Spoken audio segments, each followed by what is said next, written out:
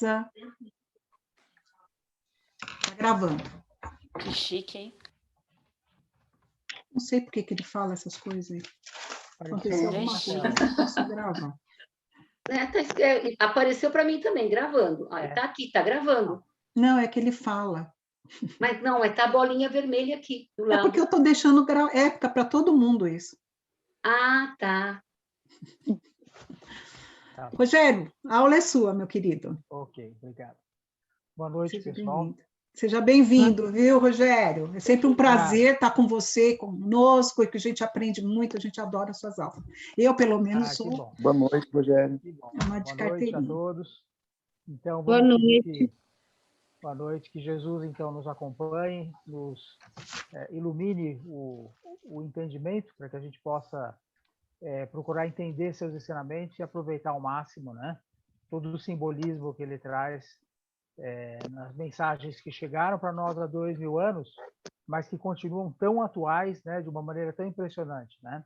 Rogério, eu acho que, eu não sei se vocês estão ouvindo ele baixo, eu estou ouvindo ele baixo. Tá bem baixo. Eu estou baixo? Uhum. Tá. O Deixa eu ver som, se não melhora. você. O som. Melhorou agora ou não?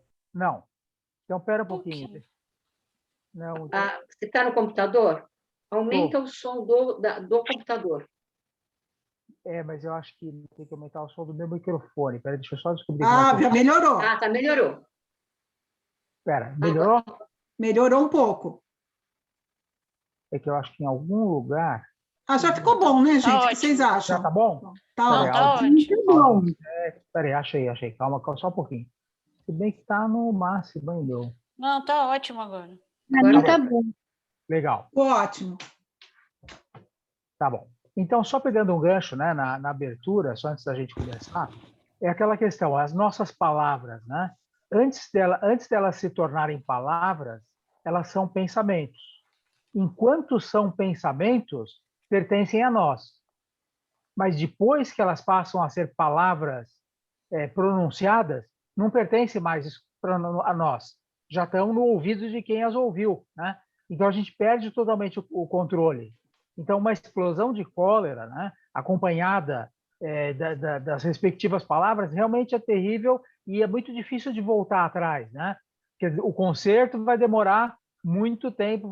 Então essa ideia de escrever a carta é muito boa, porque aquilo fica com você, né? Ou escrever o e-mail e não mandar, né? É uma maneira de você, vamos dizer, trabalhar o seu interior e, ao mesmo tempo, você preservar de dores desnecessárias, né, causadas pela explosão de cólera. Então, parabéns pelas reflexões aí. Então, vamos tentar ver se eu faço agora. Se eu consigo compartilhar aqui com vocês.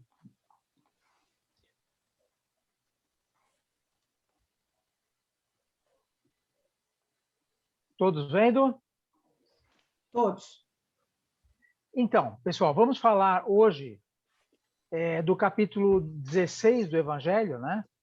Não se pode servir a Deus e a Mamon. E vamos lembrar que esse capítulo ele vem logo depois do capítulo 15º, cujo tema principal é fora da caridade não há salvação. Então, estão intimamente ligados esses dois capítulos, né? Então, a gente pode ver, basicamente, vamos dizer, o princípio da abordagem desse capítulo vai falar para a gente contra a filosofia de vida do tio Patinhas. Quem já leu o tio Patinhas, aí levanta a mão. Acho que sumiu, né? Você não compra mais gibi do tio Patinhas, né? Mas, na verdade, vamos dizer, o tio Patinhas ele é um escravo, né?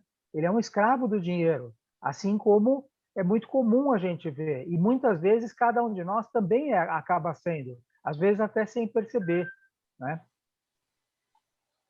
E esse problema não é novo, né? Porque Jesus já trazia isso para nós há tanto tempo atrás, né? Então, quando o Kardec usa o termo mamon, né? E explica para a gente o que é mamon. Mamon é um termo derivado da Bíblia que é usado para descrever riqueza material ou cobiça. Algumas vezes ele é personificado, como se fosse um deus do dinheiro ou coisa assim, né? Mas ele, na verdade, a própria palavra em hebraico, né, mamon significa dinheiro. Então, ele tem a ver com ganância, avareza e tudo isso que a gente vai falar um pouquinho para vocês hoje. Então, aqui o tio Patinho, olha a cara do Pato Donald dos 3 pequenininhos ali, assustados, né? E o tio Patinho se divertindo aqui. Então, a gente vai ver que Jesus nos advertia contra a avareza. Mas Jesus tinha uma forma própria de se manifestar, né? A gente vai ver que Jesus falava por parábolas, sempre parábolas. E por que a gente imagina, né? Porque as parábolas são riquíssimas na sua possibilidade de expansão de conceitos, né? De expansão de conteúdo, porque elas são sempre simbólicas. Então, o simbolismo dá a liberdade da gente mentalmente explorar e expandir os conceitos, né? Se Jesus tivesse escrito, por exemplo, textos, né? Certamente ele estaria limitado com textos que não fossem parábolas, né? Textos diretos. A limitação da linguagem humana dificultaria a mensagem de Jesus. Essa é a principal razão dele ter optado por parábolas. E mais do que isso, né? Ele não escreveu pessoalmente. Vocês imaginam o que seriam as relíquias de textos manuscritos por Jesus? Ia ser um tal de falsificar, distorcer, copiar, dizer que é assim, dizer que é assado. Então, não. Ele preferiu narrar as suas histórias e dar o exemplo prático. E deixar que os seus seguidores, posteriormente, passassem a mensagem, cada um na sua versão, a gente tem nos diversos evangelhos, né? De tal forma que a gente possa tirar das parábolas e dos ensinamentos vamos dizer assim, o senso comum, né? A ideia principal, não necessariamente presa em pontos e vírgulas e palavras específicas. Então, muitas vezes, nas narrativas dos evangelistas, a gente vai até achar estranho o uso de algumas palavras muito fortes, ou às vezes até podem trazer erros de tradução ou de interpretação, mas ainda assim não conseguem distorcer de uma maneira que deixa as mensagens de Jesus irreconhecíveis para nós. Então, é um fenômeno, né? É genial a maneira como Jesus se comunicou conosco. Então, vamos recorrer a uma delas, né? Se trata de uma disputa entre dois irmãos por uma herança, e ela é narrada em Lucas 12, 13, de 13 a 21. Então, nessa disputa, né, um homem diz a Jesus: Mestre, dize a meu irmão para que ele divida comigo a herança. E Jesus lhe disse: Quem me designou para vos julgar ou para fazer vossas partilhas? Né? Quer dizer, nas respostas de Jesus, ele já mostra que, vamos dizer, o reino dele não é desse mundo, é no coração dos homens. Ele não tem nada a ver com partilhas e coisas do gênero. São problemas mundanos, mas que as pessoas misturavam tudo, perguntavam, né? E Jesus, então, se aproveitava de uma pergunta que não tinha nada a ver com questões espirituais para trazer uma mensagem tão clara para a gente, né? Acrescentou: tende cuidado com a avareza. A vida do homem não depende dos bens que ele possua. Então, olha que interessante. Não interessa se você possui muito, se você possui pouco, se você não possui nada. É o que ele está dizendo aqui. Não depende dos bens que possua. E contou-lhe a seguir uma parábola. Havia um homem rico cujas terras produziam extraordinariamente. Ele pensava assim: que hei de fazer, pois já não tenho lugar onde possa guardar tudo que vou recolher das colheitas dele, né? E ele pensou para consigo mesmo, né? Demolirei os meus celeiros e construirei outros maiores, onde porei toda a minha colheita. E direi à minha alma: tens de reserva muitos bens para longos anos. Repousa, come, bebe e goza. E aqui está ele, deitado, repousando. Mas Deus lhe disse: que insensato és. Esta noite mesmo tomar-te-ão a alma. Para que servirá o que acumulaste? Então, olha que ensinamento.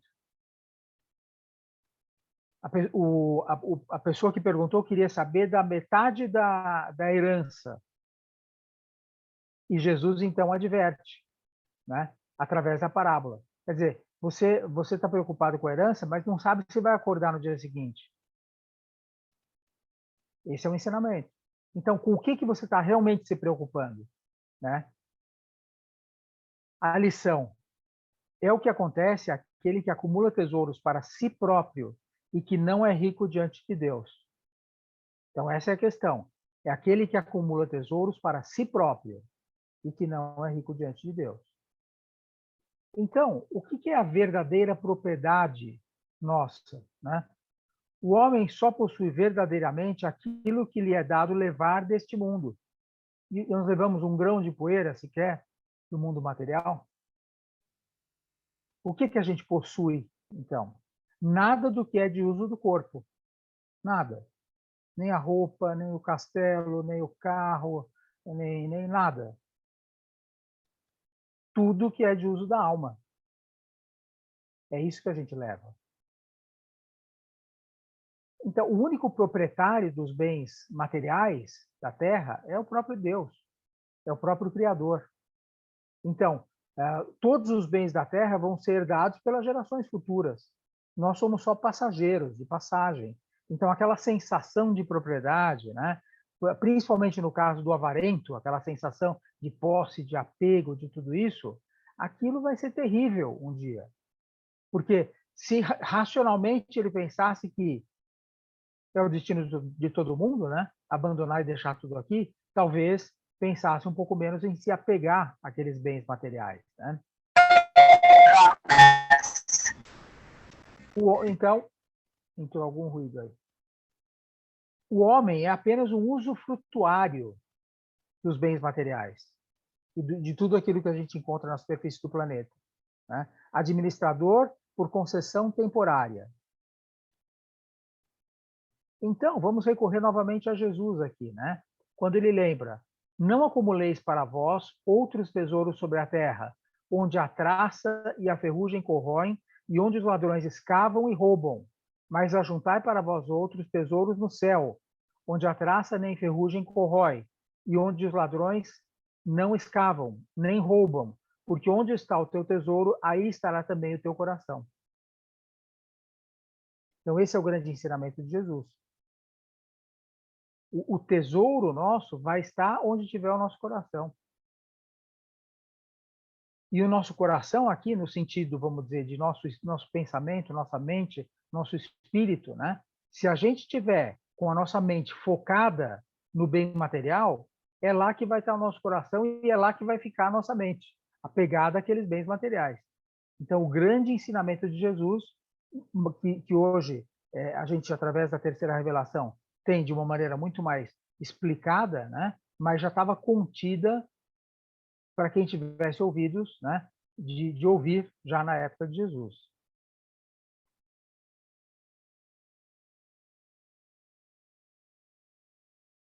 Falemos então, mas da salvação dos ricos, né? Mas será que o rico necessariamente é avarento? Não sei, é uma pergunta que a gente faz, né? Aqui a gente vai ter Jesus falando um pouquinho para a gente da salvação dos ricos. Ninguém pode servir a dois senhores, porque ou odiará a um e amará a outro, ou se prenderá a um e desprezará o outro. Não podeis servir simultaneamente a Deus e a Mamon. Lembrando, quem é Mamon? É o dinheiro. Então, isso me faz lembrar aquela música, acho que é do Frejá, né? O Frejá lembra para a gente, né? Quem é dono de quem? O dinheiro é seu dono ou você é dono do dinheiro?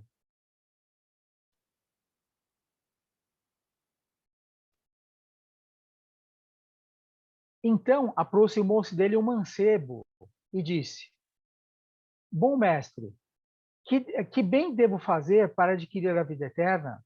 E Jesus disse-lhe: Por que me chamas bom? Não há bom senão um só, que é Deus. Jesus disse: Se queres entrar na vida eterna, guarda os mandamentos. E o mancebo: tenho guardado todos esses mandamentos. Então, o que me falta? Aqui só uma parte, para quem quiser se aprofundar nessa passagem, existe um livro psicografado pelo Divaldo Pereira Franco, do Espírito Amélia Rodrigues, chama Premissas do Reino. O capítulo 5, o título é O Mancebo Rico. E esse livro narra, ele conta para a gente um pouco mais quem é esse mancebo, e em que momento vamos dizer assim, da reflexão ou da própria evolução espiritual pessoal ele estava. E a gente sabe, até por essa literatura, que ele, na verdade, era uma pessoa sensível, que já estava começando a fazer as reflexões, vamos dizer, ele tinha muitos bens materiais, etc., mas ele já estava exercendo uma preocupação, um sentimento, vamos dizer, de interesse pelo próximo e tudo mais. Mas ele tinha aquele apego do qual ele não conseguia ainda se libertar. Então, lendo, vocês vão ver que é interessante a descrição psicológica que a Amélia faz desse espírito.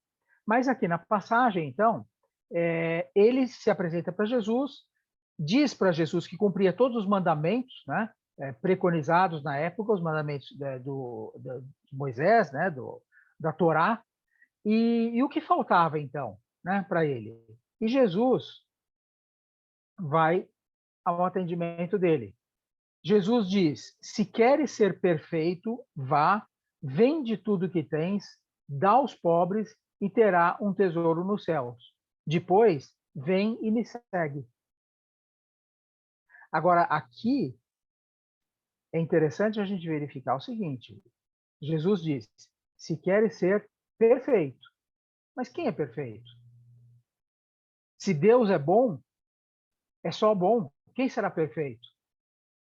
Olha que curioso. Aí é que a gente tem que lembrar, né, que essas passagens são todas passadas de maneira oral e são transcritas pelos evangelistas. Então a gente nunca vai ter certeza absoluta se Jesus usou exatamente essa ou aquela palavra.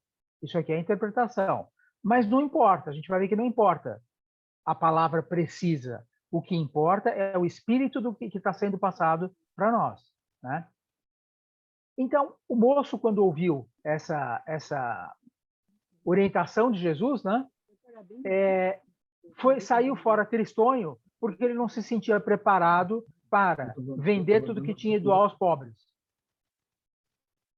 E termina Jesus dizendo: é mais fácil um camelo entrar por um buraco da agulha do que um rico entrar no reino dos céus. Alguém consegue imaginar um camelo passando num buraco da agulha? Olha a imagenzinha aqui. Difícil, hein? Ou precisa ser um camelinho ou tem que ser uma agulhona. Agora, o que a gente vai ver, pesquisando na literatura, é que as palavras de origem grega, né? Camelos e camilos são muito parecidas. Camelos é camelo mesmo. E camilus é corda grossa. Então, as duas coisas são difíceis de passar numa agulha, né? Se você tiver uma corda grossa, você vai suar para passar na agulha também. Então, aí nessa passagem tem várias interpretações, os estudiosos discutem, mas era camelo, era corda, ou grosso, o que era? A verdade é que não importa. O que importa é que Jesus está dizendo para nós que para que o rico tem uma dificuldade muito grande, um desafio muito grande, que a gente vai entender qual é. Um deles é a avareza. Mas não é só a avareza. Porque, vejam só, olhem essa tela aqui, cheia de prazeres materiais, né? Então, o que a gente vê? E não são de hoje, né? A gente vai ver aqui o mancebo, né? Olha o mancebo aqui embaixo, num carrinho de corrida, era o último tipo da época, custava alguns milhões de dinheiros da época, né? E ele tinha isso. Então, a gente vai ver lá, ele adorava as corridas de cavalo, ele tinha cavalos maravilhosos, e ele não estava disposto a se afastar dos cavalos dele. Hoje, né, as pessoas que têm possibilidades vão ter a sua moto, o seu iate, né? Mas, vamos dizer, os reis, a gente vê aqui um trono, né? Aqui a gente tem um geração Y surfando no dinheiro aqui em cima, né? Mais para trás, no meio do caminho, a gente tem o Taj Mahal. Taj Mahal na Índia, foi construído por um sheik daqueles, como túmulo para a amada dele. Quando faleceu, ele construiu essa coisa monumental. Agora, imagina o que foi gasto de dinheiro aqui só para condicionar o pó da namorada dele, né? E a gente vê no passado, aqui nos tempos romanos, aqui os romanos nas termas, né? Tudo isso aqui proporcionado com dinheiro. Então, é fácil, vamos dizer, para o rico deixar de apreciar essas coisas ou deixar de usar. Então, olha aqui a senhora na piscina, o carro, o avião aqui, etc. e tal, né? As viagens, Nova York, Paris. No Egito Antigo, interessante, né? Que eles sabiam que já tinham morrido e, no entanto, o faraó colocava assim zilhões de dinheiros egípcios no seu próprio túmulo e lacrava aquilo. E o que acontecia com esses túmulos? 99% das vezes é o que Jesus já advertia: eram roubados, eram saqueados. Porque imagina, né, a ingenuidade do faraó.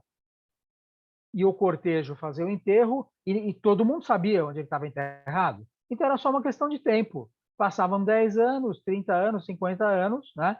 Os próprios descendentes dos construtores iam lá para, olha, vai lá que na coordenada tal tem o túmulo do faraó tal, né? Então essa é uma dificuldade, por isso que é difícil para o rico entrar no reino dos céus, porque ele vai se prender a esses bens. Não que você não tenha direito de ter os bens e usufruir deles, você tem. O problema é quando você não tem limite e você não quer se libertar desses bens. Você põe esses bens para benefício exclusivo seu. Então, por exemplo, se você pensar, eu pego vamos dizer, tem uma outra maneira de pensar também, né? Será que é proibido você ter uma moto como essa aqui, por exemplo? Não é. Porque se você pensar quantos empregos foram gerados na fábrica e nos fornecedores de peça para fabricar a moto, e no fornecedor de tinta, e no frentista que abastece a motocicleta e tudo mais. Então, não é a moto que é ruim. Pelo contrário, ela movimenta a economia, ela gera dinheiro, ela gera empregos, ela gera um monte de coisas boas. O que é ruim? É ruim o proprietário da moto se apegar a isso, né? E vamos dizer, e não compartilhar esses benefícios que ele possa ter de outras coisas com outras pessoas. Então, aí é a reflexão de cada um. E com mais um detalhe. A gente lembrando do que Jesus disse, se quiseres ser perfeito. Então, para ser perfeito, primeiro, você não está num planeta de provas e expiações, certo? Então, no planeta Terra, o que temos para hoje é isso. Somos todos imperfeitos e temos apego ao plano material, precisamos das coisas materiais, porque somos seres encarnados.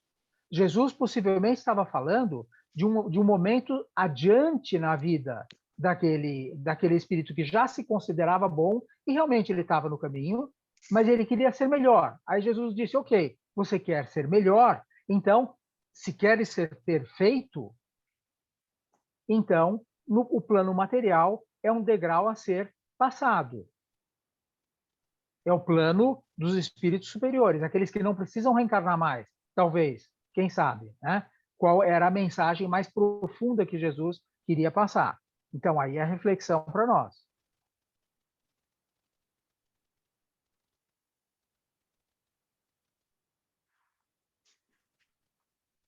É preciso ser pobre para entrar no reino do céu? Então, eis a pergunta. A gente já viu que o apego aos bens terrenos é um obstáculo à salvação. Mas, agora, o princípio de abnegação, ou seja, existem pessoas que têm, por exemplo, existem os motociclistas que no sábado ou domingo saem para fazer caridade, para fazer distribuição de alimentos, para fazer um monte de coisas boas, para ajudar pessoas. Então, o que vai colocá-lo numa posição, vamos dizer, bem vista pelo plano espiritual, bem vista por Deus? Não é a perfeição absoluta, porque Deus nos conhece profundamente e sabe que nenhum de nós aqui nesse plano é perfeito. mas é um passo na direção correta. Então, e a abnegação é um passo nesse sentido. Se a gente lembrar da passagem do óbolo da viúva, né, enquanto Jesus comentava, estavam ali os abastados de Jerusalém colocando muito dinheiro, mas com escárnio, com desdém, né? E a viúva tinha aquela moedinha que ela ia usar para a própria alimentação, né? O dinheiro extremamente necessário, e ela doou aquela única moeda que ela tinha. E Jesus, então, disse aos que estavam ali que, aos olhos de Deus, aquela moeda era muito mais importante do que importante do ponto de vista do espírito que estava doando, hein, diga-se de passagem, do que aqueles que estavam doando com desdém, do muito que tinham, do que sobrava. Olha que interessante a abordagem, né? Então, a gente chega a Kardec, né? Fora da caridade não há salvação. Então, qual é o verdadeiro caminho, né? Para quem tem a moeda, para quem tem a fortuna ou não? É esse, a máxima é a mesma, vale para todo mundo.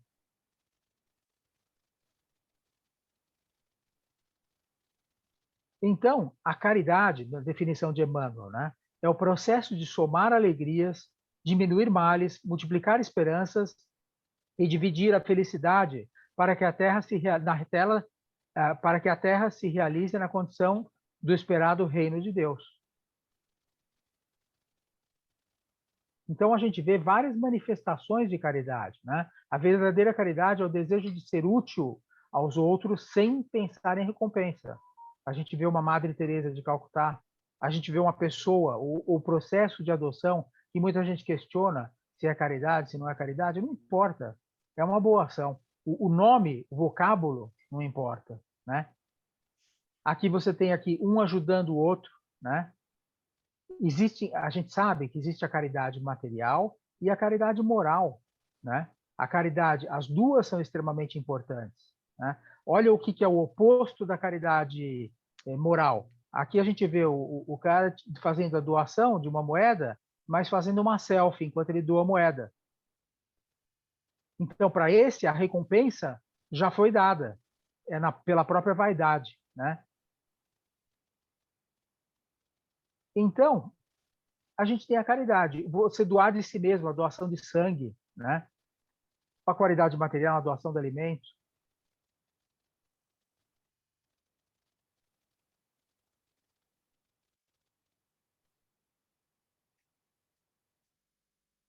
A gente vai recorrer aqui a uma psicografia do Chico, né? Só um instantinho. Vou voltar. Chico Xavier, pelo irmão X, né? Em que ele traz para a gente uma narrativa falando do servo bom. Isso daqui é aquela passagem... Espera um pouquinho, gente, que o meu mouse está ruim aqui, eu não consigo tirar da frente. Só um instantinho. Tem um obstáculo aqui na minha frente. Sim, agora melhorou. Então, isso vai falar da passagem de Jesus na casa de Zaqueu. Mas eu vou ler do começo para a gente... Né? Então, veja o seguinte, ó, então dizia irmão X, a condenação se firmara no espírito dos discípulos com profundas raízes, a tal ponto que por várias vezes foi Jesus obrigado a intervir de maneira a pôr termo a contendas injustificáveis.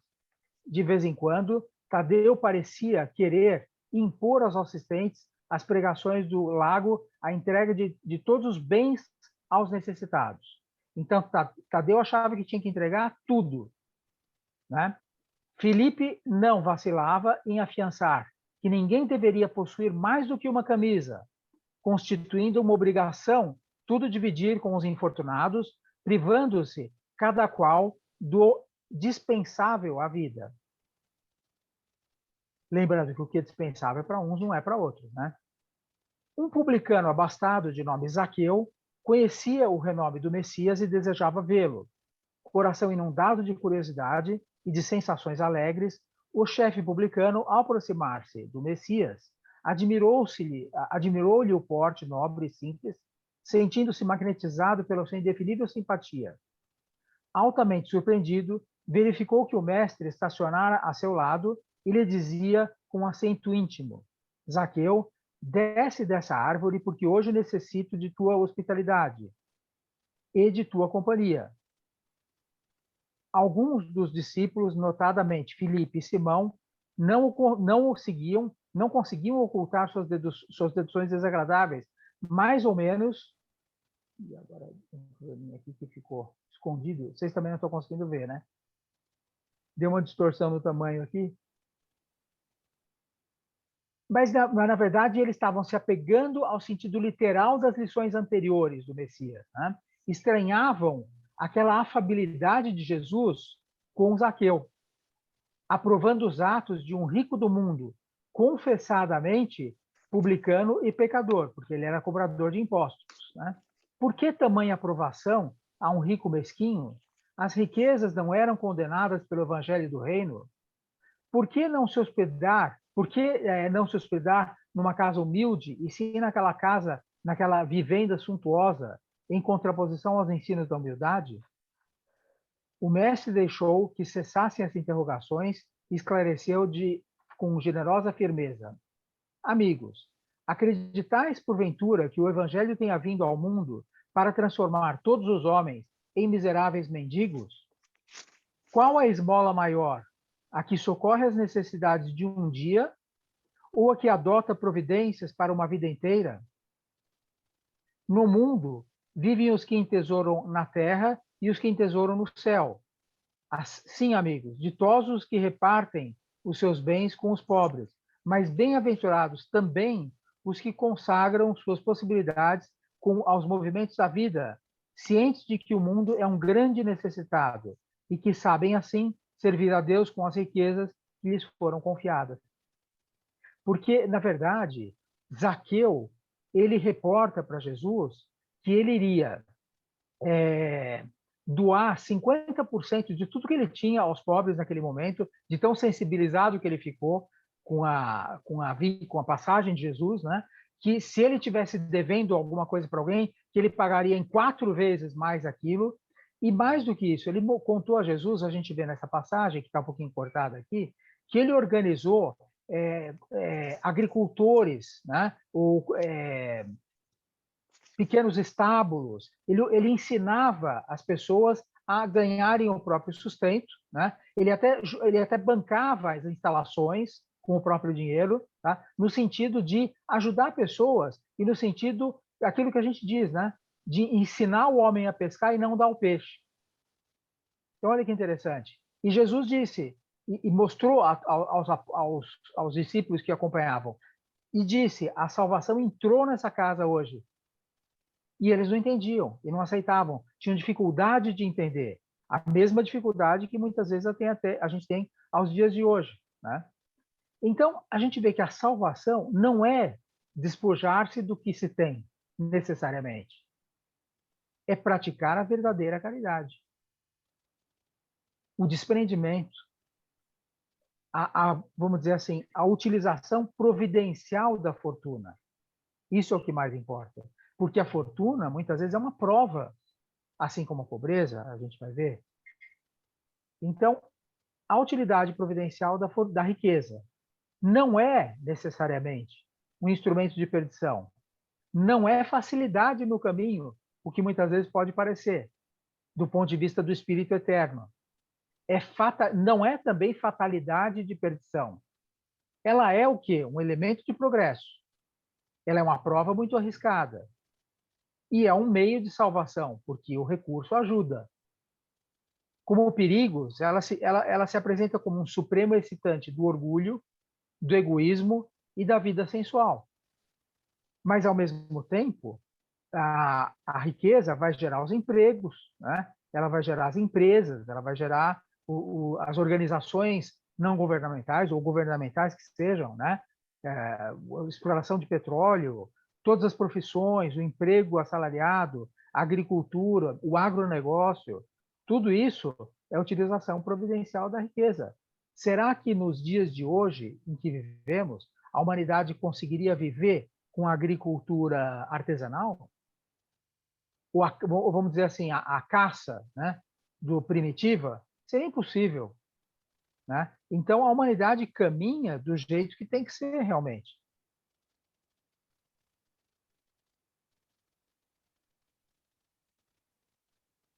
Então, abolir toda a fortuna e condená-la como prejudicial à vida na Terra seria condenar a lei do trabalho e a lei do progresso e ao que podem propiciar. Então, a lei do trabalho e a lei do progresso, olha os benefícios que nós temos hoje que não tínhamos no passado. Então, você pega uma internet aqui, um trem de alta velocidade, o celular, que muitos de nós estão usando para viabilizar a aula de hoje, o computador aqui, olha a nossa aulinha aqui, em Zoom. Tudo isso é graças à fortuna, ou graças à riqueza, digamos assim, né? Porque a riqueza, ela gera uma ambição. E a ambição faz com que o homem arregace a manga, arregace o cérebro, pense, crie, invente, procure, busque, e os resultados a humanidade como um todo colhe.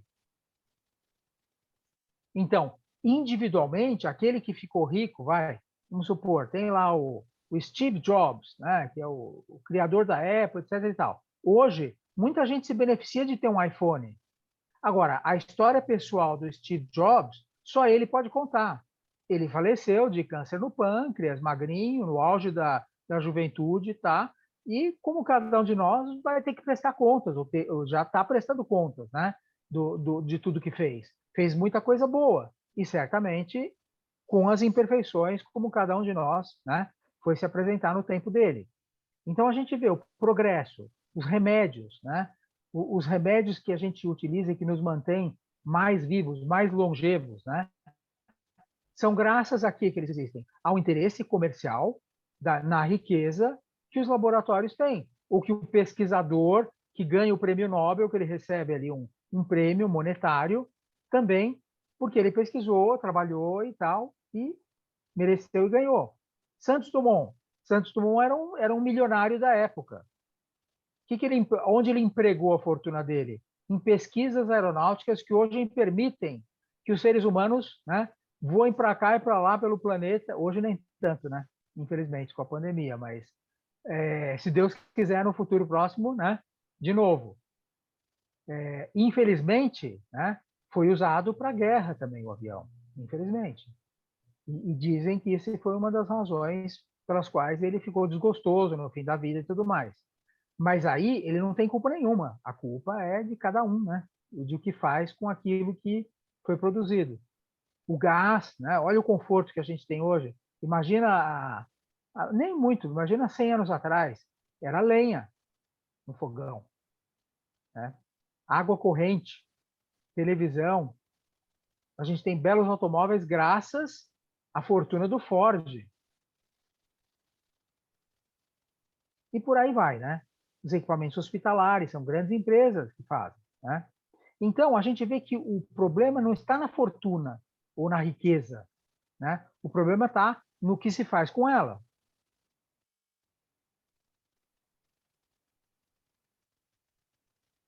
Então, a gente tem as grandes descobertas do telescópio de Galileu, o microscópio, né? O microscópio, nossa, que fez com que se descobrisse tantas coisas. Por exemplo, não se sabia da existência das bactérias antes do microscópio, né?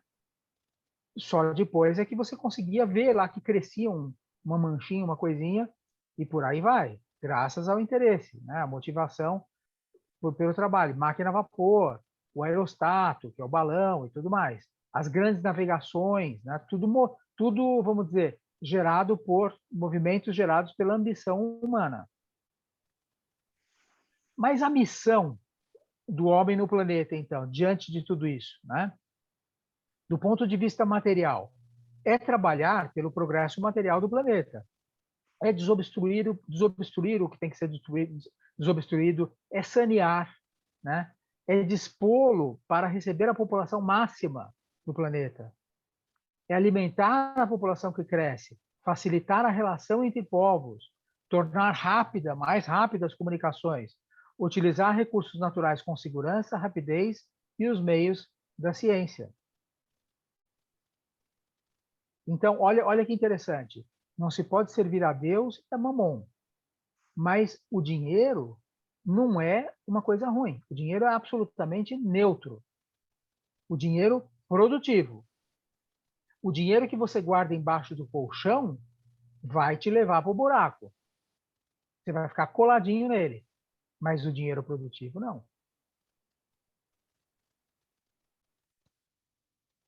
Os meios de execução, né, para a missão do homem na Terra. Sem as riquezas não haveriam, então, os trabalhos, as atividades, os estímulos, as pesquisas, a evolução propriamente, né? Então, vamos falar de evolução espiritual, né? Claro, a gente está aqui estudando questões espirituais, mas baseados numa evolução material. Então, que é o computador, o Zoom, etc. Uma coisa leva a outra, né? Então, as desigualdades das riquezas, né? Por que elas existem por quê? Porque não são iguais todos os homens.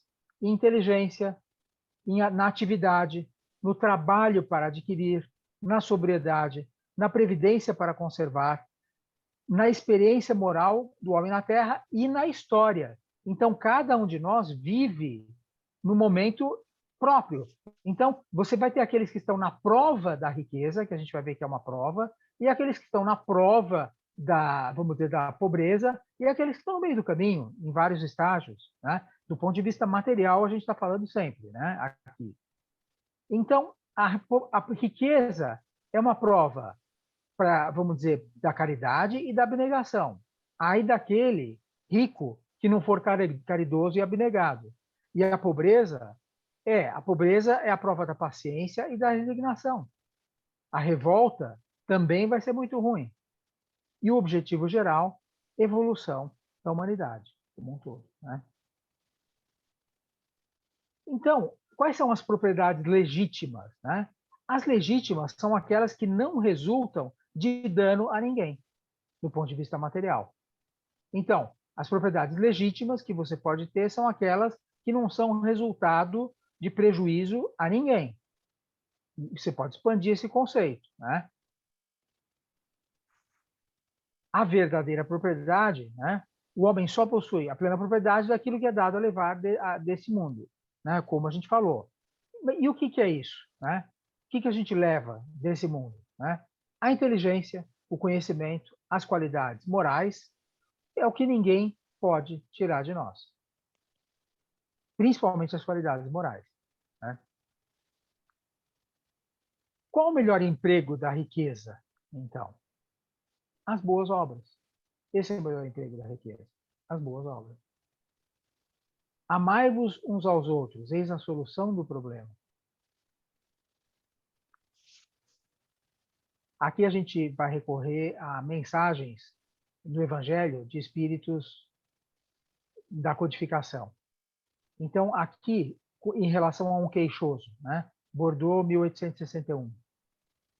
Então, o que fazer, né, diante dessa cena, diante do queixoso, ou do pedinte, né, do mendigo? Primeiro, alivia. Segundo, informa-te. Terceiro, delibera. Aqui uma parte, né? Uma das coisas que os apóstolos, naquela passagem do Boa Nova, questionavam Jesus, como vamos saber se o mendigo é de verdade? Porque a gente vê muitos ricos lá se fingindo de pobres para não pagar impostos. Olha que interessante. Mas não cabe a nós julgar, né? Você delibera, lógico, você tem inteligência, né? Aqui você evidentemente percebe que não é o caso, né? Dado que te sobra, mas dado que te é necessário também. Dá com sabedoria. E o que é mais eficaz, né? Muitas vezes a gente pergunta, né? É a esmola? É o trabalho? É o conselho? É o afeto? E aí, novamente, a gente recorre à codificação. Dá a esmola quando for preciso. Ou seja, se a pessoa está com fome, você não vai ensinar a fazer uma receita culinária. Você vai dar comida, né? Você não vai ensinar a pescar. Você mata a fome, depois você vai ensinar a pescar, né? Quando for possível, converte em salário, de forma a não humilhar, né, a pessoa, a fim de que aquele que a recebe não se envergonhe dela. o mau uso dos bens terrenos. Né? Olha o que o cara está fazendo aqui. Consiste em aplicá-los exclusivamente na nossa satisfação pessoal. Exclusivamente. Esse é o mau uso dos bens terrenos. O bom uso dos bens terrenos, né? É toda vez que deles resulta um bem qualquer para alguém. Sempre que você praticar uma boa ação, alguma coisa que faça bem, você está fazendo um bom uso do bem terreno. E para a gente finalizar, vamos lembrar Jesus mais uma vez. Portanto, eu vos recomendo, usai as riquezas deste mundo ímpio para ajudar ao próximo e ganhai amigos, para que quando aquelas riquezas chegarem ao fim, esses amigos vos recebam com alegria nas moradas eternas. Então, o maior interessado ainda somos nós mesmos. Né? Agradeço a atenção de todos e que Jesus, então, nos abençoe. Estamos aí para qualquer pergunta, esclarecimento que a gente puder fazer.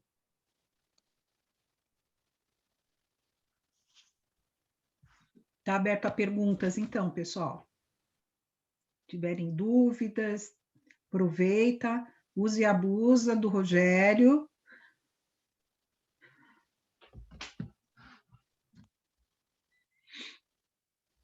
Esse capítulo, fácil, né, gente? Fácil, né? Esse capítulo, gente... ele é muito bom na hora que muitas pessoas, e isso a gente vê com uma certa frequência, quando começa a estudar o Espiritismo e fica incomodado com aquilo que o rapaz mesmo, né, que você leu aí, que Jesus fala, para sede perfeito, doa de tudo que possui. Como nós ainda não somos perfeitos, temos que nos concentrar, e eu acho que você deu essa mensagem muito bem, o que fazemos com aquilo que temos. Tipo, uma coisa bem básica, dentro da nossa casa nós temos quem nos ajuda. Como que nós tratamos? Nós exploramos ou auxiliamos através do conhecimento? A Vânia não está aqui hoje. Não. E ela deu um exemplo muito bom na aula passada, quando nós estávamos falando de caridade, e ela falou da pessoa que ela tinha na casa dela, e que ela ficou na dúvida se ela tinha feito bem ou mal, porque tinha ajudado a pessoa que estava lá trabalhando com ela na educação, dando educação, pagando curso, e depois a pessoa ficou assim, agora eu não faço parte da minha vida anterior e também não faço parte da sua vida e estou desempregada. Isso é muito importante, que completou aquela aula, a aula que ele falou. A Vânia não fez nada de errado, pelo contrário, ela usou do dinheiro que ela tinha para tentar impulsionar essa pessoa, ajudando a pescar. Isso foi uma coisa muito bacana. Então, o que nós fazemos? Quantas vezes estamos na nossa empresa, e aí eu falo como funcionário, e a empresa incentiva cursos. Nós, às vezes, temos até o direito de escolher se queremos usufruir desse curso ou não. E é lógico que a empresa ela vai pagar mais para quem se esforça mais. Isso é uma coisa boa de se utilizar o dinheiro para impulsionar os funcionários no seu crescimento. E a outra coisa, assim, só pegando um gancho, né, essa história, né, o empresário, por exemplo, o rico, seja lá o que for, né, ele dá dignidade quando ele emprega, né, as famílias, né? Então, você não emprega só uma pessoa, você emprega uma família. Então, você está dando dignidade também para essas pessoas que estão todas ligadas, né, a essa empresa. E aí, como é que ele está usando esse dinheiro? Será que ele está usando, de que forma que ele está usando no pessoal dele? É problema dele, entendeu? Mas o fato dele estar criando essa possibilidade das pessoas terem dignidade, porque o trabalho nada mais é que isso, né? Quando você tem trabalho, você se sente melhor, você, né, tem ambições, enfim, né? E a gente vê, por exemplo, você citou a questão dos motoqueiros, né, que fazem campanhas, mas também a gente tem os motoqueiros nas ruas que eles não estão nem aí para nada, né, nem para ninguém, né? E aí a gente percebe que os motoboys, por exemplo, né, não vou nem entrar nessa seara, mas só para pegar, né, o rico e o pobre, né? Como é que as pessoas estão vendo as coisas, né? Como é que elas estão se situando, né? Porque a gente pode falar em questão de dinheiro, mas a gente pode falar também na questão do respeito que se tem, né? Um pobre, por exemplo, a gente vê muito motoboy e a gente sabe a condição desses motoboys. Eles correm por R$ 5, R$ 10, né? E também não tem nenhum respeito por ninguém, né? E correndo pelo dinheiro também, né? Então, existem os dois lados da moeda, né? Eu achei que seria interessante falar nesse aspecto, né? Que a gente tem que se situar, né? O que é riqueza, o que é pobreza, né? Riqueza e pobreza de espírito, é o que o Rogério falou super bem. O que você faz com esse dinheiro? Né? Eu achei super legal o seu ponto sobre a empresa, né? Sobre o trabalho, sobre o empresário. Mas eu queria também puxar uma reflexão que eu tenho feito muito na minha... Já falei para vocês aqui uma vez, eu tenho feito muito, e esse capítulo de hoje me fez, mais uma vez, refletir muito sobre isso, que é a questão... Vocês me desculpem o barulho, mas meu cachorro enlouqueceu totalmente aqui, tá? Ele está destruindo uma caixa de papelão. Enfim, a pandemia nos serviu, eu espero que tenha nos servido para alguns, para a gente refletir sobre alguns aspectos de um outro Deus que a gente vem venerando muito, que na época de Jesus não existia, que existe hoje, chamado corporação, o Deus corporativo, o Deus de você servir com sua vida, sangue, corpo e alma, 12, 13 horas por dia a uma corporação, né? Muitas vezes você vai ver os jovens aí se matando de trabalhar, com isso, obviamente, com toda a honra e dignidade do mundo, ganhando o seu dinheiro, ganhando seus bens, sua liberdade, seu apartamento, seu carro e todas as outras possibilidades, e isso é aplaudido pela sociedade sem nenhuma crítica e nenhum questionamento, né?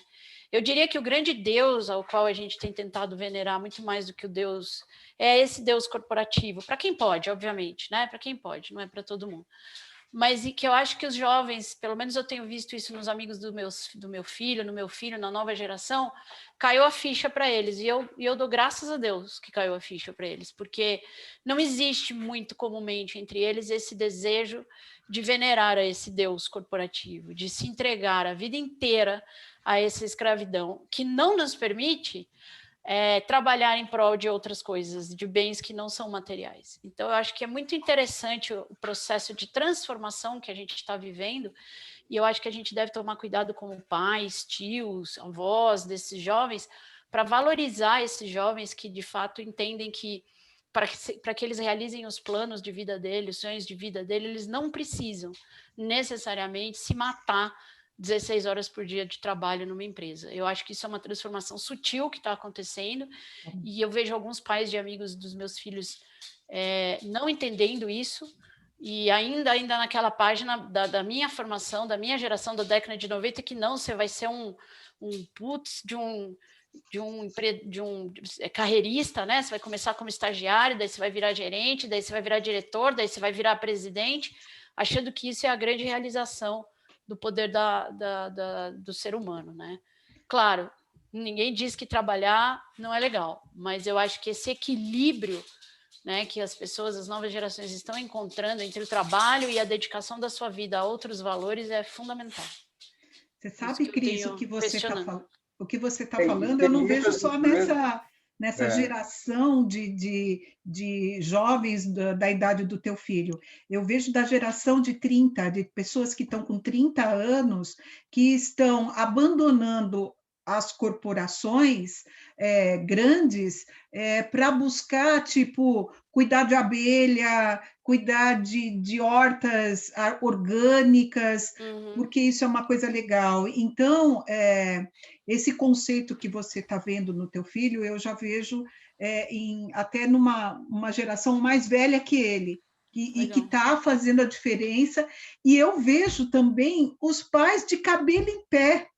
Isso que me preocupa. A nossa geração, a minha geração, quando um filho que eles investiram numa universidade de classe A top, troca a carreira de uma corporação no banco, grande, né? para fazer... banco, na corporação. Não só banco, né? Tem essas empresas mais, sabe, multinacionais e tal, e a pessoa fala, estou saindo porque eu quero viver simples, minimistas, né? Minimalistas eles são também.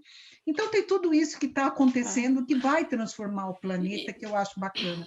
E só para arrematar, eu não estou falando isso de um ponto de vista de fora, eu sou engenheira, gerente numa multinacional americana, fui carreirista por muitos anos da minha vida. Algumas coisas, graças a Deus, aconteceram e que me abriram os olhos para um outro caminho, que me faz hoje muito mais feliz. Mas, novamente, é só uma atenção, né, que eu quis chamar a atenção aqui, que muitos de nós somos tios, somos pais, estamos nisso. Como eu posso me dedicar à boa ação? Como eu posso me dedicar à caridade? Como eu posso me dedicar ao próximo, que seja da minha família ou não, se eu estou 18 horas por dia me dedicando a esse outro Deus, né? Então, esse Amon, que não é o dinheiro especificamente ou o bem conquistado, mas é a escravidão do trabalho, em vistas de um sucesso material e profissional único, exclusivamente, é que eu acho que é um ponto que vale a pena todo mundo parar e refletir. Eu, pelo menos, estou fazendo esse convite a vocês assim, sobre isso. É um modelo que se criou, né, Cris? Eu acho que é um modelo que se criou. Eu também, né, trabalhei muito tempo em multinacional e era exatamente isso. E, de uma hora, a ficha cai, né? Hoje eu dou aula no IBRAP e uma coisa muito interessante que você colocou é que o IBRAP é o Instituto Brasileiro de Paisagismo, tá, gente? Eu dou aula lá de irrigação, e a minha matéria é irrigação, e quase 100% das pessoas que estão lá estão procurando uma outra oportunidade, saindo do mundo corporativo e procurando uma outra oportunidade. Eu acho que tem tudo a ver com a transformação que o planeta está passando. Posso só fazer um comentário aí? Eu acho que é super pertinente isso que você está levantando, mas eu lembro também o seguinte, que no tempo de Jesus existia uma coisa pior que a corporação, que era uma escravidão completamente universalizada. Então, por exemplo, o que a gente vê que os romanos fizeram no Império, aquele Império foi um Império construído à base de sangue, suor e vidas de milhares, ou talvez, sei lá, não sei se chegou a milhões, mas... né? E a pessoa não podia mudar de emprego, a pessoa não podia desistir, não podia partir para uma carreira solo, não podia fazer nada. Né? Não é? Então, a situação era grave também. E com agora, a diferença que o resto da sociedade não valorizava isso, né, Rogério? Porque hoje o que acontece, que eu acho que é o perigo, é que a gente endeusa as pessoas que são assim. As pessoas que vivem escravas da corporação, do trabalho, da riqueza e da carreira são endeusadas pelas outras pessoas. A gente não olha para eles com pena ou com dó, ou como se eles fossem escravos. A gente olha para eles como se eles fossem exemplos a serem seguidos e ensina isso para os nossos filhos. Esse é o perigo. Mas acho que não à toa também, né, Cris? A gente tem visto, aqui no Brasil ainda não é a tônica, mas Europa, principalmente, tem se falado muito em redução de carga de jornada de trabalho, em redução de carga horária, justamente para tentar conciliar para que a empresa, a grande corporação, continue sendo uma alternativa, mas que ela dê espaço para que aquela pessoa também tenha a sua vida. Exatamente. E que dedicação. Exatamente pela pressão desses novos colaboradores, né, Henrique? Porque esses novos colaboradores não aceitam mais, então eles vão perder a força de trabalho se eles não cederem. Não é porque eles são bonzinhos, mas é porque eles vão perder essa força de trabalho se eles cederem. E uma outra coisa legal que a Esther falou é: o mundo está dizendo para eles que assim, não é o único caminho, não é vergonhoso você ser um atleta, você ser um agricultor, você ser um artista, você ser um pintor, você ser um artesão. Né, que na minha geração você era um loser, né? você cuidar dos teus filhos na sua casa, se você tiver uma condição que te permita. Na minha geração, eu nasci em 72, qualquer uma dessas coisas era você ser um perdedor, você ser um loser, um babaca, entendeu? E isso mudou, e eu fico muito feliz de ver esse processo de valorização de outras atividades, como a Esther falou, não necessariamente dentro do eixo da corporação, que estimulem o ser humano também a desenvolver outras áreas do conhecimento e da relação humana, né? Desculpe, só para fazer uma observação. Eu acho que é muito válido, é lógico, essa discussão, nossa, ela pode até ir para, vamos dizer, a gente está discutindo aqui o processo civilizatório, né? Mas não esqueçamos que cada um de nós chega no planeta Terra sozinho e vai sair daqui sozinho. Com que bagagem? Com aquilo que cada um de nós fizer pelo próximo. Quem é o próximo? É o cara que está sentado do meu ladinho ali, ou na corporação, ou na escola, ou na quitanda, ou no campo de colheita, né? Então, o campo de semeadura, ele está lá. O cenário do campo é um cenário de colheita nosso. Nós estamos colhendo, né, a nossa história, cada dia que passa. Mas a gente está colhendo em cima de um livro com páginas em branco, que a gente pode escrever individualmente e coletivamente. Então, esse movimento desses jovens, né, que querem rever essa questão da corporação e tudo mais, se tudo der certo, vai acontecer. Vai levar uma geração, 2, 3, não sei, né? Mas o ser humano é livre para evoluir como ele quer, né? Por isso a gente tem inteligência e livre-arbítrio. Então, a gente não pode perder a esperança. Quer dizer, temos dificuldades? Sim, mas nós temos uma rota, a gente tem um roteiro, né, que nos foi deixado há 2000 anos atrás e que é extremamente válido nos dias de hoje, apesar desse cenário complexo que a gente vive, né? Só um pitacozinho. E também tem uma outra coisa que você falou, que a gente está falando da riqueza, mas você também tocou muito bem do desafio da pobreza. Ninguém está pobre ou rico sem ter assumido isso antes de reencarnar, né? E é lógico que se for compulsório também isso, os espíritos de luz, eles entendem que aquela condição que nascemos é aonde mais podemos aprender, né?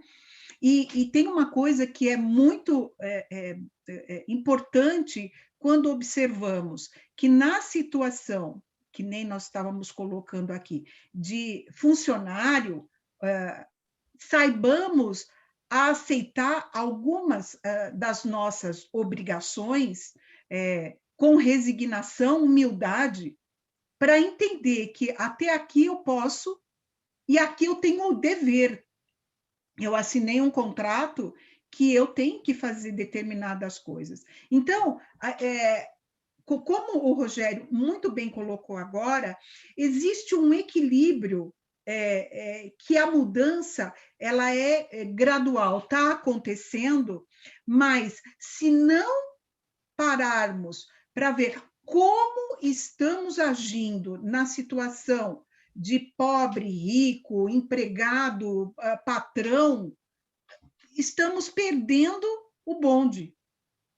É a situação de como nós nos portamos, que é importante, né, Rogério? Eu acho que é isso que você quis colocar, que como isso é importante para nós, na situação em que estamos, o que nós aprendemos. Eu acho que o Marcos está querendo, ou a Hélida está querendo falar alguma coisa. Está com a mãozinha aí? Está sem som, Marcos. Na verdade, eu só queria compartilhar uma experiência que vocês estavam falando da coisa da Vânia, depois dos empresários, tudo. E a gente tinha uma moça que trabalhava aqui, ela era praticamente analfabeta. A gente queria dar de condições para ela estudar.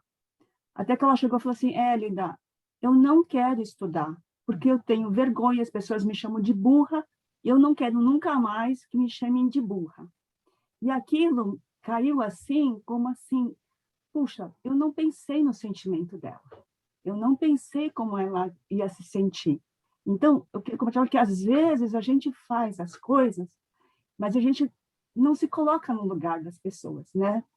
E aí eu fiquei pensando, aquilo foi assim uma lição para mim, porque eu estava me achando superior, né? Estava me achando assim, a mulher que vai Bacana. salvar a vida dela, né? Eu sou a heroína. E eu falei, mas quem sou eu? Quem sou eu para querer que ela... Puxa, eu nunca perguntei para ela se ela queria aquilo. Eu nunca perguntei para ela por que ela não queria aquilo, né? Então, eu queria compartilhar, porque às vezes a gente, como o Rogério falou, a gente tem que, sei lá, às vezes se colocar no lugar, né, Esther? A gente tem que colocar, e a gente às vezes não enxerga isso. Então, eu só queria compartilhar, porque não é fácil a gente acha que a gente está fazendo bem, né? Mas a gente também às vezes não pergunta se é aquela pessoa, por que ela quer, por que ela não quer. Então, eu só queria compartilhar, porque, assim, para mim foi uma lição muito grande de que a gente tem que perguntar mesmo por quê e por que não, né? Então, só queria compartilhar isso, porque eu acho que foi bem, para mim, foi uma lição de vida, né? Então, só isso, desculpa. Imagina, perfeita a Posso falar? colocação. O Esther, assim, pegando esse gancho da Hélida, existe N pessoas que a gente poderia ajudar, mas, na verdade, a gente acaba recuando. Tem um morador de rua perto da onde minha filha mora, ali em Pinheiros, e minha filha anda com a cachorrinha todo dia, passeando com a cachorrinha, e passa lá e conversa com ele. Aí, um dia, ele estava nessa época de frio, ele estava precisando de um saco de dormir, ela foi lá, comprou, levou para ele e começou a conversar com ele. Você tem uma ideia, ele é um cara, ele estuda, ele lê Platão, sabe? Ele lê filosofia, ele estuda espiritismo, Kardec, ele dá lição de kardecismo para minha filha fica lá batendo papo com ele. Aí um dia ela questionou, ele dá livro para ela, até mandou um para mim. E aí questionou, por que o senhor está na rua? Ele falou, estou na rua porque eu quero. Você não tem família? Tenho. Eu já tive esposa, me separei dela, eu tenho filhos, tenho netos. Então, por que o senhor fica aqui? Ele falou, é opção minha. Eu não quero voltar para casa. Ele falou, mas a gente procura a sua família. Ele falou, não precisa procurar, eu sei onde eles moram.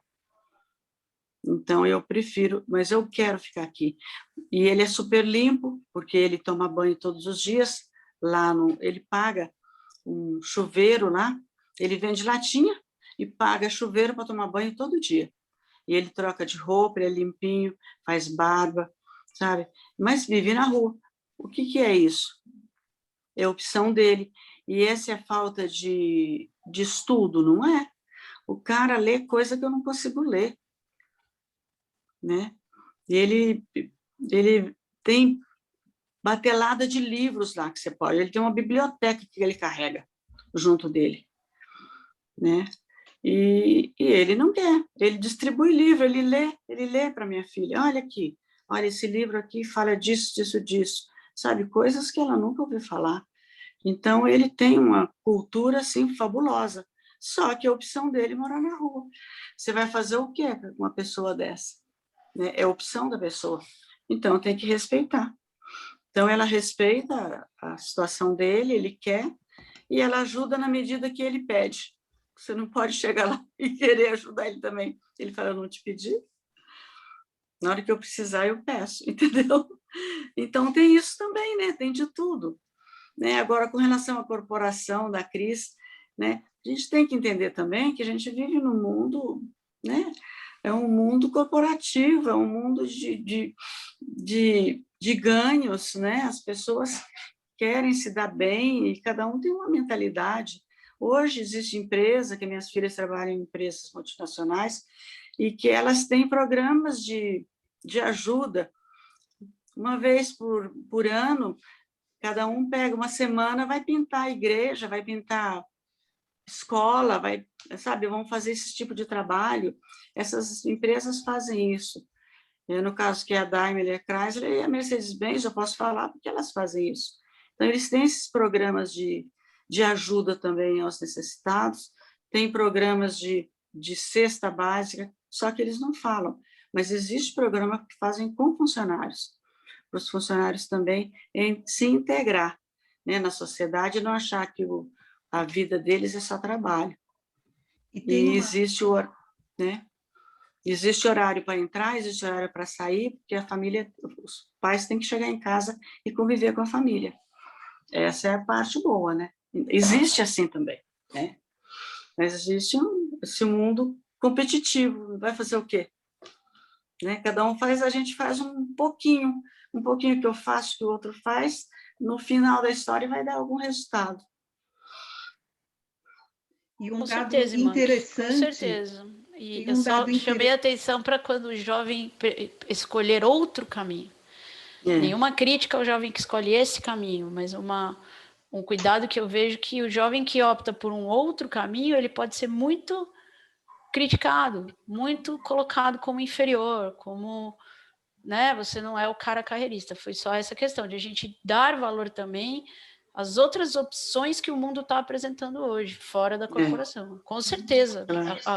Tudo que eu sei hoje, que eu aplico de conhecimento na ONG, para gerir a ONG, para administrar a parte de comunicação da ONG, para gerir as minhas reuniões e tal, tudo quem me ensinou foi a minha vida corporativa. Eu sou muito grata a tudo que eu aprendi na corporação, no meu emprego e tudo. Não é uma questão de crucificar aqui a corporação nem nada, mas é uma questão de colocar um contraponto que está começando a surgir, um outro caminho, outros caminhos. Isso que é legal, a diversidade dessas outras opções, né? Quem mais quer colocar alguma coisa? Eu queria trazer um dado que eu escutei essa semana no Café Filosófico.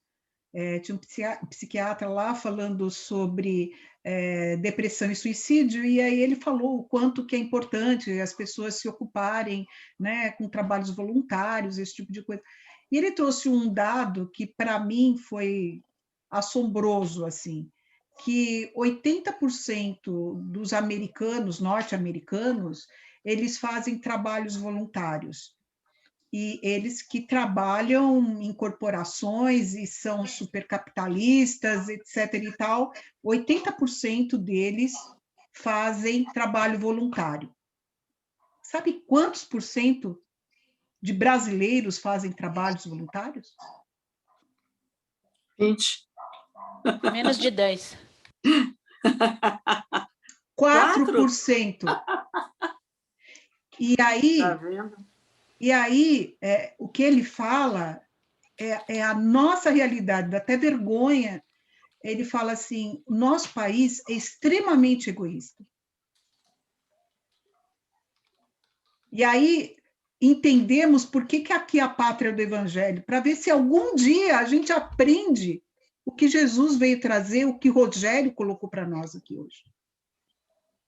Não é a corporação, não é o morador de rua, é o que nós somos. É isso que nós precisamos pensar. É essa mensagem de Deus ou Mamon, qual que nós vamos escolher. Mas é verdade. Você sabe que brasileiros lá nos Estados Unidos, eles são egoístas, a maioria deles. E eles passam a perna em brasileiro.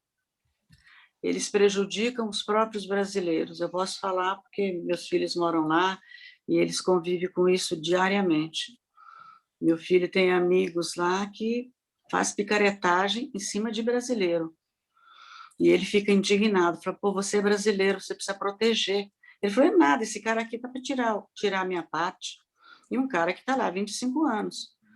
A minha filha, que mora em Portland também, cheio de brasileiros na empresa, de todos, foi conversar com ela e perguntar se ela precisava de alguma coisa lá para conhecer como que funciona, o resto vira as costas, porque é mais um brasileiro que vem aqui para aproveitar, para tirar o meu ganho. Então, os brasileiros lá, a maioria, são egoístas.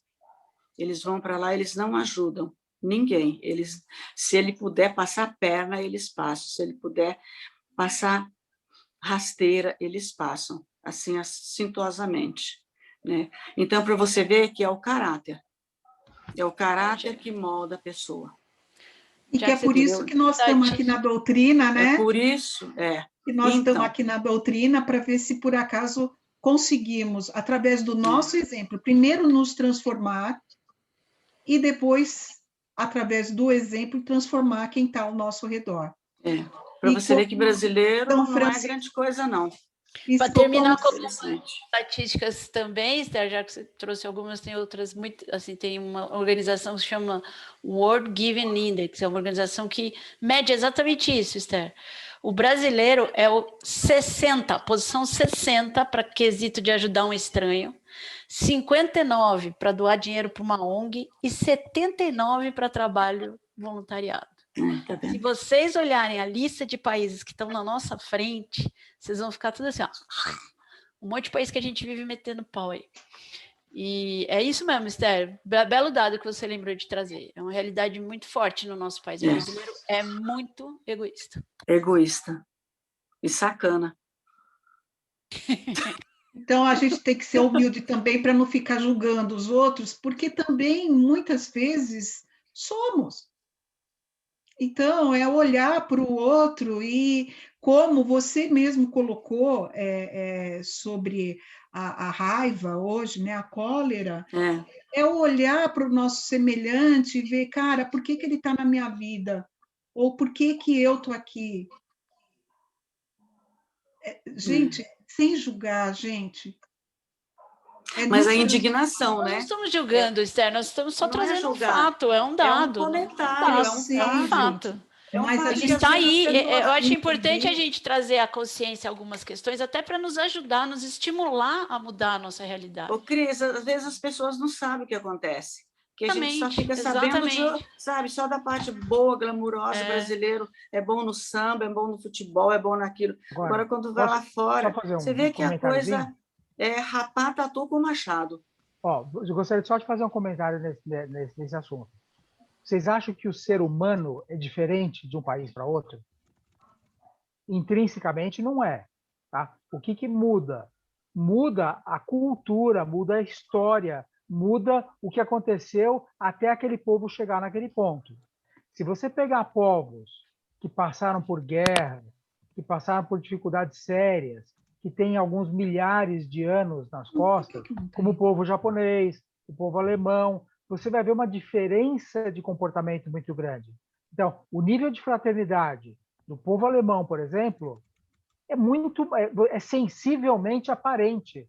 Eu até me lembro um caso, o meu genro, quando começou a trabalhar lá, ele chegou cedo de carro, né, para trabalhar e percebeu que uma pessoa que chegava antes dele parava lá longe do estacionamento, tudo vazio, o cara parava longe e vinha andando, chegava no escritório, ele não, ele chegava lá, parava, tinha vaga perto da porta, ele parava perto da porta e entrava. Um dia ele perguntou, mas por que você faz isso, né? Aí o alemão falou, não, eu faço isso porque eu chego cedo. Aí eu deixo a vaga próxima para o meu colega que se atrasar ou que chegar muito em cima da hora. Olha isso é fraternidade, né? Isso é fraternidade. Mas de onde que vem isso? Né? Será que só por ele ter nascido lá ele é melhor que o brasileiro? Não é.